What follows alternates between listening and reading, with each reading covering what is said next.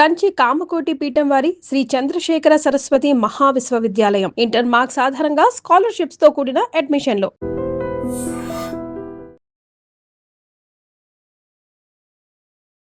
Gita arts నుంచి గాయపడి బయటకు వచ్చారా, గాయపడకుండా బయటకు వచ్చారా? లాభపడ్డ సింహం నేను.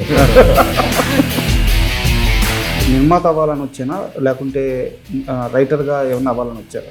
రైటర్ కమ్ డైరెక్టర్ అవుదామని వచ్చాను. ఇటువైపు అడుగులు వేపించిన ఆ క్షణం ఏంటి, ఆ సినిమా ఏంటి, ఆ మూమెంట్ ఏంటి? అసలు మనం ఏం అవుదాం అనుకుంటున్నాం అనేది మనం డిసైడ్ చేయము, మన చుట్టూ ఉన్న సిచ్యువేషన్స్ డిసైడ్ చేయాలి. జేడీ గారు ఆయన ఒప్పించడం చాలా కష్టం, చాలా చూజీగా ఉంటారు ఆయన. 16 సంవత్సరాల నుంచి 15 సంవత్సరాల నుంచి ఆయన ఒక్క ఛాన్స్ కోసం తిరుగుతున్నారు. సో ఇది డేరింగ్ డిసిషన్. చిన్నప్పటి నుంచి చూస్తున్నామండి. గాయపడ్డ సింహంలో సలార్ కానీ వేరే సినిమాలు కానీ స్పూఫ్లు ఉండబోతున్నాయా, ఓన్లీ రెఫరెన్స్లు ఉండబోతున్నాయా? ఒక సర్ఫేస్ లెవెల్లో చేశారు కానీ ఇంత బాగా ఎప్పుడు ఎవరు చేయలేదు. అసలు దీన్ని ఏమంటారు? ఆయన నుంచి కొన్ని ఎక్స్పెక్ట్ చేయని థింగ్స్ అయితే మీరు చూస్తారు. నాకు అర్థం కాని ఒకే ఒక క్యారెక్టర్ ఫరియా గాంధీ. అయితే ఆ సీన్ వచ్చినప్పుడు నాకు చెప్పండి, సరేనా? She is the frame of the story. Hi, welcome to my show. ఈ మే 1వ తేదీన గాయపడ్డ సింహం మూవీ రిలీజ్ కాబోతుంది. ఇప్పటికే ఈ విషయం అందరికీ రిజిస్టర్ అయిపోయింది, ఎందుకంటే ఆ మూవీ టీం, ఆ యూనిట్ అలా ప్రమోషన్స్ చేస్తున్నారు. అయితే ఈ నేపథ్యంలో ఈ చిత్ర నిర్మాత భానుకిరణ్ ప్రతాప్ ఈరోజు మనతో ఉన్నారు. ఎలా వచ్చింది, సో ఎంత ధైర్యంగా ఉన్నారు, ఇలాంటి అన్ని విషయాలు తెలుసుకుందాం. హాయ్ సార్, నమస్తే. హలో అండి, నమస్తే అండి. సార్, ఫస్ట్ ఆఫ్ ఆల్ మీకు కంగ్రాట్స్ ఎందుకు చెప్పానంటే, మామూలుగా ఏ సినిమా రిలీజ్ అయ్యే ముందు ప్రమోషన్స్ చాలా కీలకం, బట్ మీరు ప్రమోషన్స్ అదరగొట్టేస్తున్నారు. ప్రతి ఒక్కరికి మూవీ రీచ్ అయిపోయింది. అంటే మీది యంగ్ టీమ్ కావడం వల్ల, యూనిక్గా ప్రమోషన్స్ చేయడం వల్ల చాలా సక్సెస్ అయ్యింది ప్రమోషన్స్. అయితే ఇంటర్వ్యూలోకి వెళ్ళే ముందు నా దగ్గర ఒక పెద్ద క్వశ్చన్ ఉంది. ఆ పెద్ద క్వశ్చన్తో ఇంటర్వ్యూ స్టార్ట్ చేస్తాను. మన సినిమా టైటిల్ గాయపడ్డ సింహం. మీరు గీతా ఆర్ట్స్ నుంచి గాయపడి బయటకు వచ్చారా, గాయపడకుండా బయటకు వచ్చారా? లాభపడి బయటకు వచ్చా. లాభపడ్డ సింహం నేను. లేదండి, I share great relationship with Vasu. I share great relationship with Arvind garu. And you know ఇప్పుడు ఎలా ఉంటుందంటే, మనం కొన్ని కుదురుతాయి, కలిసి చేస్తాము, కొన్నిసార్లు కుదరవు.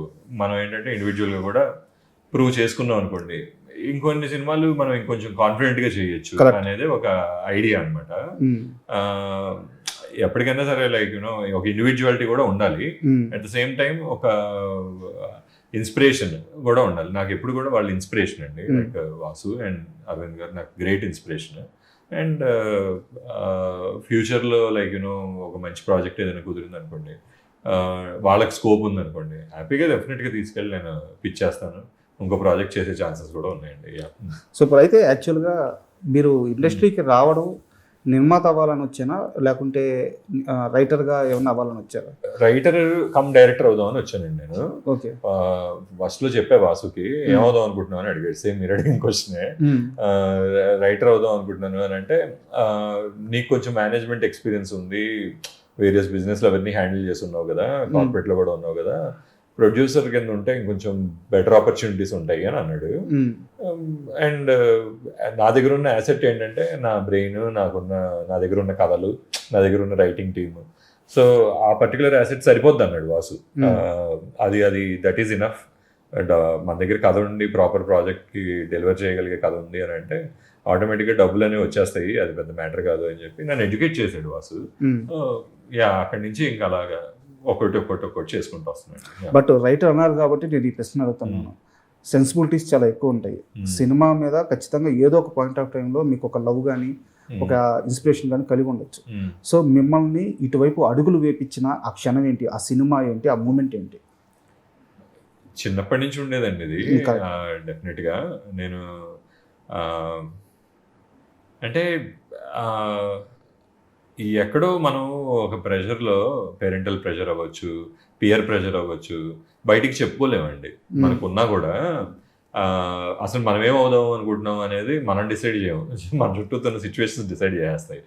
ఆ ప్రాసెస్లో 40 ఏళ్ళు వచ్చాయి నాకు. నేను కార్పొరేట్ జాబ్ చేయడం, ఆ తర్వాత పెళ్ళి అవ్వడం, పిల్లలు పుట్టడం అన్నీ అయిపోయాయి మొత్తం. రెగ్యులర్ ప్రాసెస్ అయిపోయిన తర్వాత కోవిడ్ యాక్చువల్గా అండి, టు బి వెరీ హానెస్ట్, కోవిడ్లో నాకు రియలైజేషన్ వచ్చింది.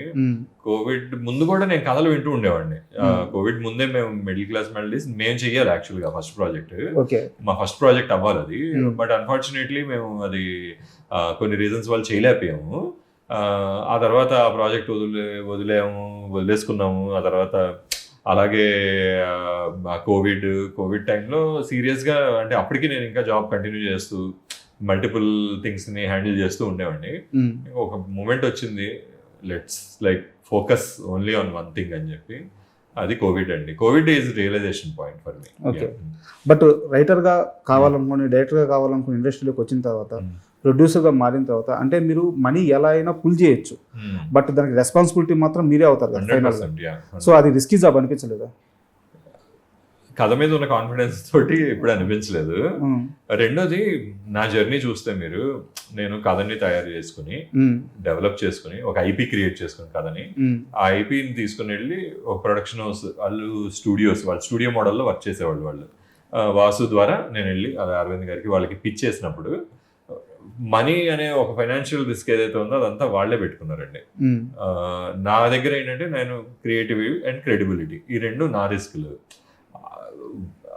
Both are like very important. ఆ రెండు కూడా హ్యాండిల్ చేసుకుంటూ ఒక 4 ప్రాజెక్టులు అయిపోయాయి.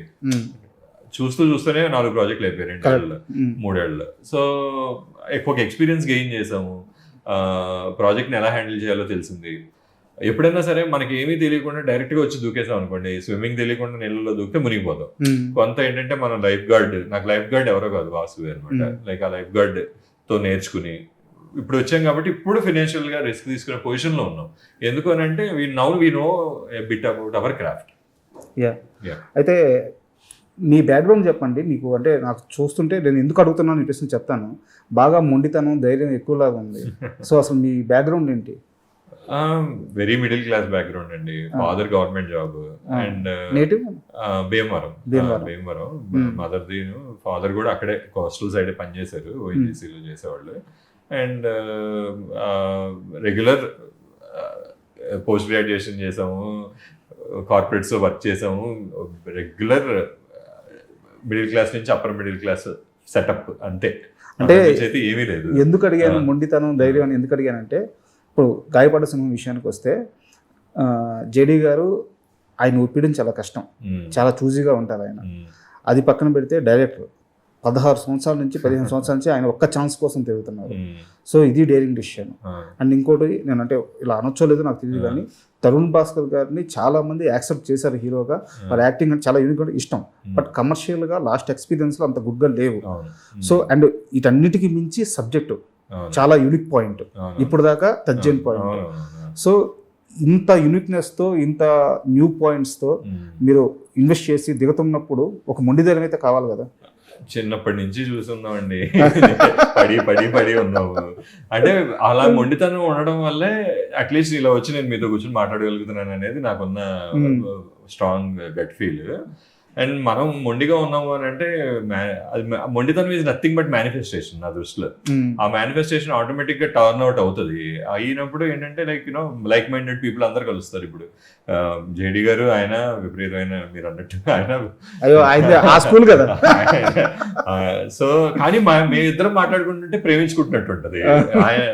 చాలా తక్కువ ఇంటరాక్షన్ అయినా కూడా మేము ఇద్దరం అలా కూర్చుని మాట్లాడుకుంటుంటే ఎప్పటి నుంచో తెలుసు మా ఇద్దరికి, ఎప్పటి నుంచో ఉన్న ఒక బాండ్ లాగా అనిపిస్తుంది. అలాగే నాకు పవన్కి ఉన్న, పవన్ పిచ్చి మొండోడు, మామూలు మొండోడు కాదు అసలు. అందరు మొండోళ్ళు అవడం వల్ల సేమ్ బర్డ్స్ అన్ని లైక్ ఒకే చెట్టు మీద ఉన్నట్టు అందరం కలిసి ఒకటే.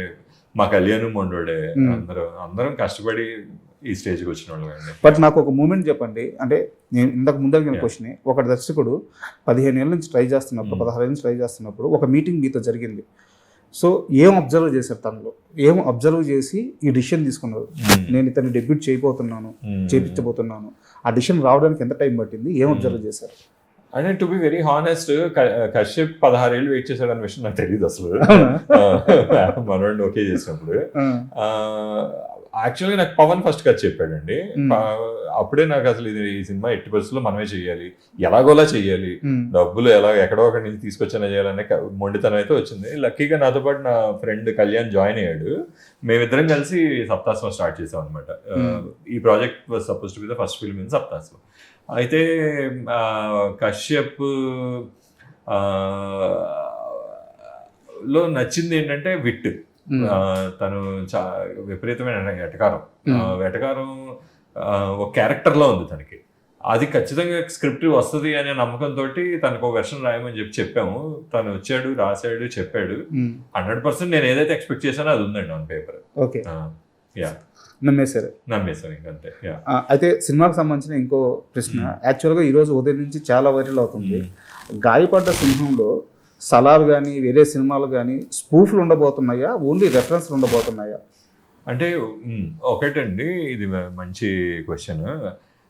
ఈ కథ విన్నప్పుడు కథలా విన్నాం. ఇప్పుడు దీనికి ట్రీట్మెంట్ చేసి స్క్రీన్ ప్లే రాయాలి కదా. సో కశ్యప్ స్క్రీన్ ప్లే చేసి రాసి తీసుకొచ్చి చెప్పాడు అనమాట. చెప్తుంటే చాలా కొత్తగా అనిపించింది నాకు.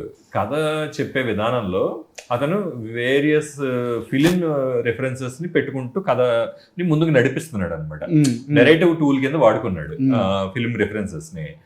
చాలా కొత్తగా అనిపించింది. ఇలా ఎప్పుడు అంటే లైక్ ఒక సర్ఫేస్ లెవెల్లో చేశారు కానీ ఇంత బాగా ఎప్పుడు ఎవరు చేయలేదు. అసలు దీన్ని ఏమంటారు, ఈ టైప్ ఆఫ్ నెరేటివ్ అంటే ఇప్పుడు ఫర్ ఎగ్జాంపుల్ నెరేటివ్ టెక్నిక్స్ ఉంటాయి, నాన్ లీనియర్ నెరేటివ్ టెక్నిక్ అని, లేదంటే ఒక్కొక్కరికి ఒక్కొక్క స్టైల్ ఉంటుంది, డిఫరెంట్ నెరేటివ్ టెక్నిక్స్ ఉంటాయి కదా. అసలు ఈ నెరేటివ్ టెక్నిక్ ఏమంటారు, అసలు ఇది ఏం జానర్లోకి వస్తుంది ఏంటి? కొంతమంది సింబాలిజంతో చెప్తారు, కొంతమంది మెటఫర్స్తో చెప్తారు, ఇలాగా ఉంటాయి కదా. నేను వెనక్కి వెళ్ళి అసలు కూర్చుని ఇది కొంచెం రీసెర్చ్ చేస్తే నాకు అర్థమైంది ఏంటంటే, మామూలుగా ఇప్పుడు సబ్ టెక్స్ట్ అనేది కూడా ఉంటుంది. సబ్ టెక్స్ట్లో మనం కథ చెప్తాం.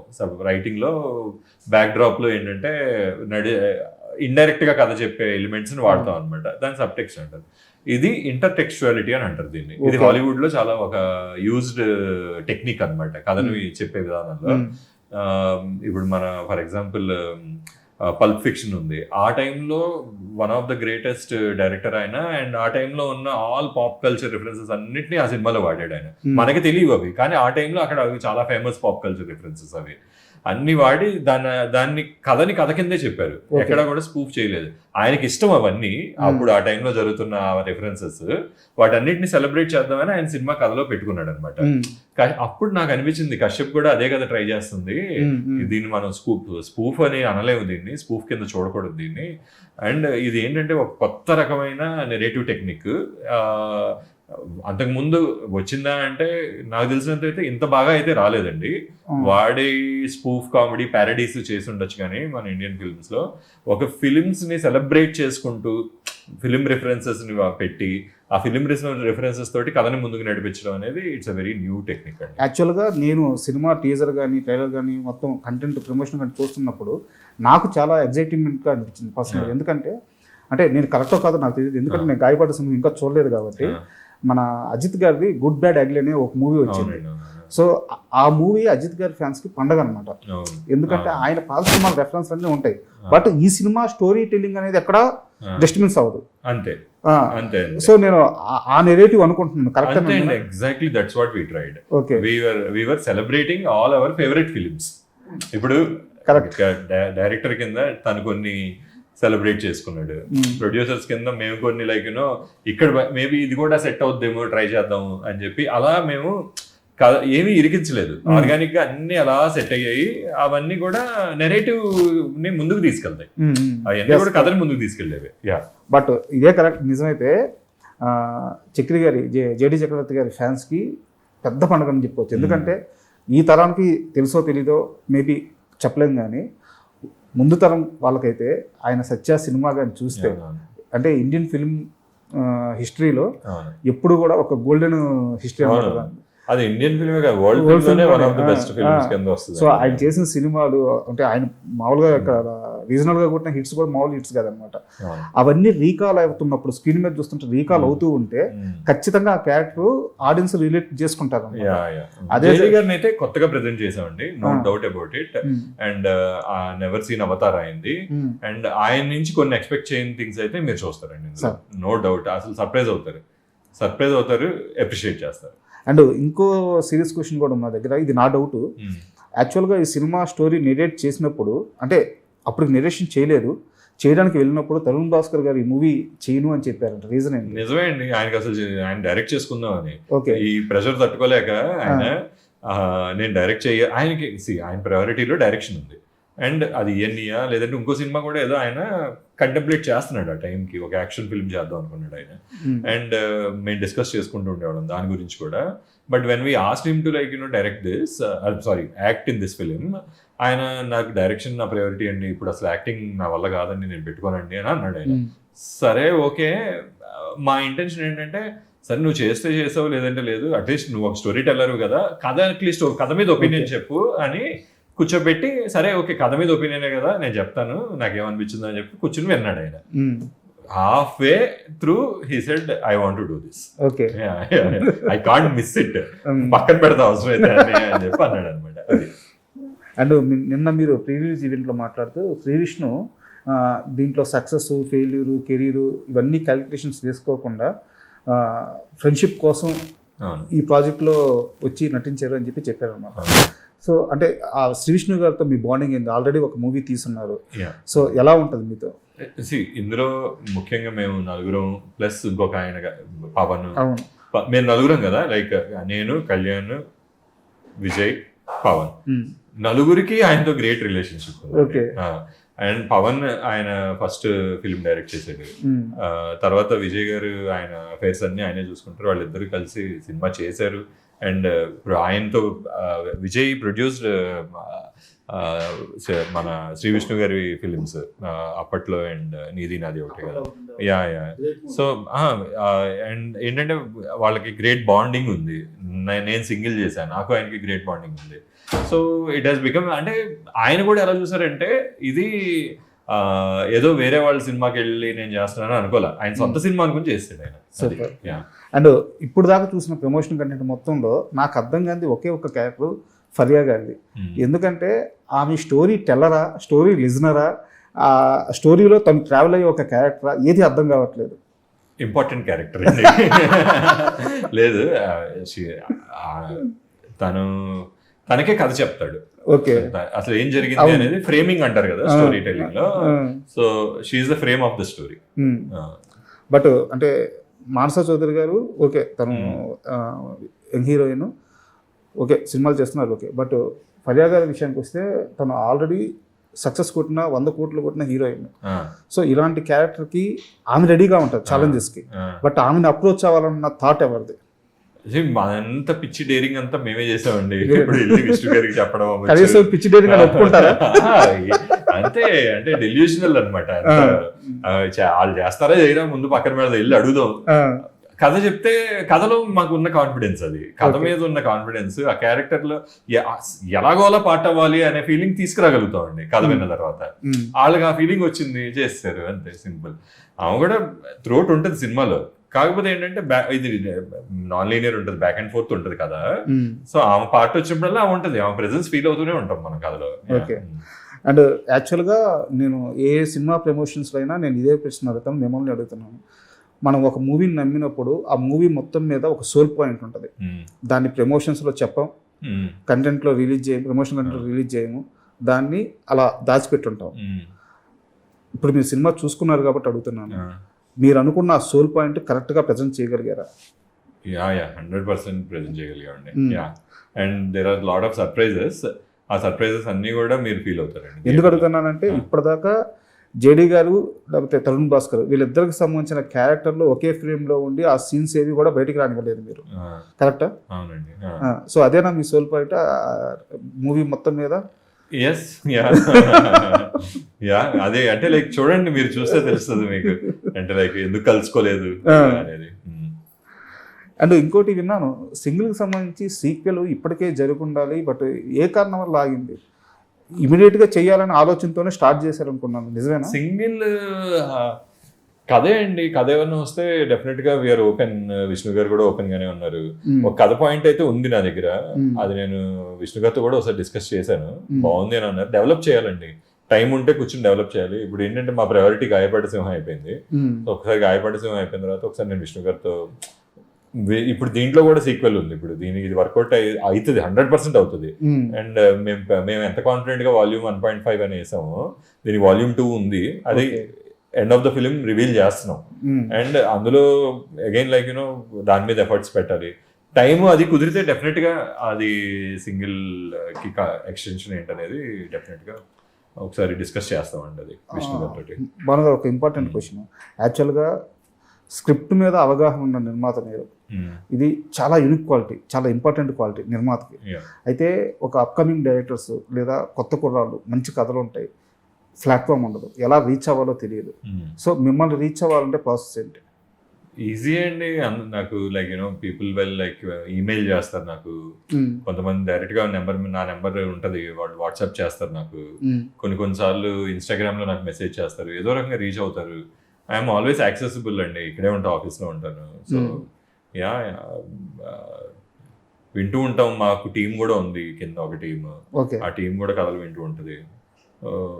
యా యాజ్ ఆఫ్ నో ఉంది, కంటెంట్ అయితే మా దగ్గర ఉంది. నెక్స్ట్ 2-3 years సరిపడక ప్రాజెక్ట్స్ ఉన్నాయి లైన్అప్ లో.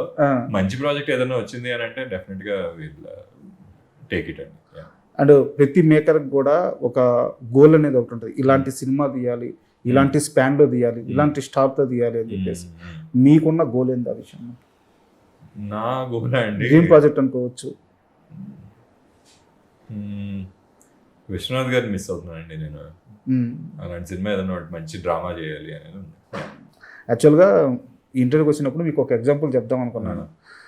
పూర్ణోదయ బ్యానర్స్ ఏడిది నాగేశ్వరరావు గారు సినిమా తీయమని వెళ్ళిన తర్వాత ఆయనకి 4 పేజీల్లో గీతలుగా 4 లైన్లు రాసిచ్చారంట, శంకరాభరణం కథ. ఈయనకు టేస్ట్ ఉంది కాబట్టి, దాని వాల్యూ అర్థమైంది కాబట్టి శంకరాభరణం వచ్చింది. లేకుంటే ఈయన వద్దంటే ఆయన ఆగిపోవడానికి రెడీగా ఉన్నాడు డైరెక్టర్. ఆయన తప్పించి ఇంకెవరు తీస్తారంటే నమ్మకం లేదు ఆ రోజుల్లో కదా. సో ఎందుకు అడిగానంటే, నిర్మాతకి కంటెంట్ మీద టేస్ట్ ఉండడం అంటే నిజంగా అద్భుతాలు వస్తాయి. సో మీరు ఆ పాత్రలో ఉన్నారు, ఖచ్చితంగా మీరు సక్సెస్ అవుతారు. ఎందుకంటే ఆల్రెడీ నాకు సక్సెస్ వైపులు కనిపిస్తున్నాయి, మీకు జడ్జిమెంట్ ఉంది. సో మరికొన్ని గంటల్లో అందరం కలిసి సినిమా చూడబోతున్నాము. సినిమా సక్సెస్ అయినాక మరో మంచి ఇంటర్వ్యూలో కూర్చుందాం. హ్యాపీగా కూర్చుందాం.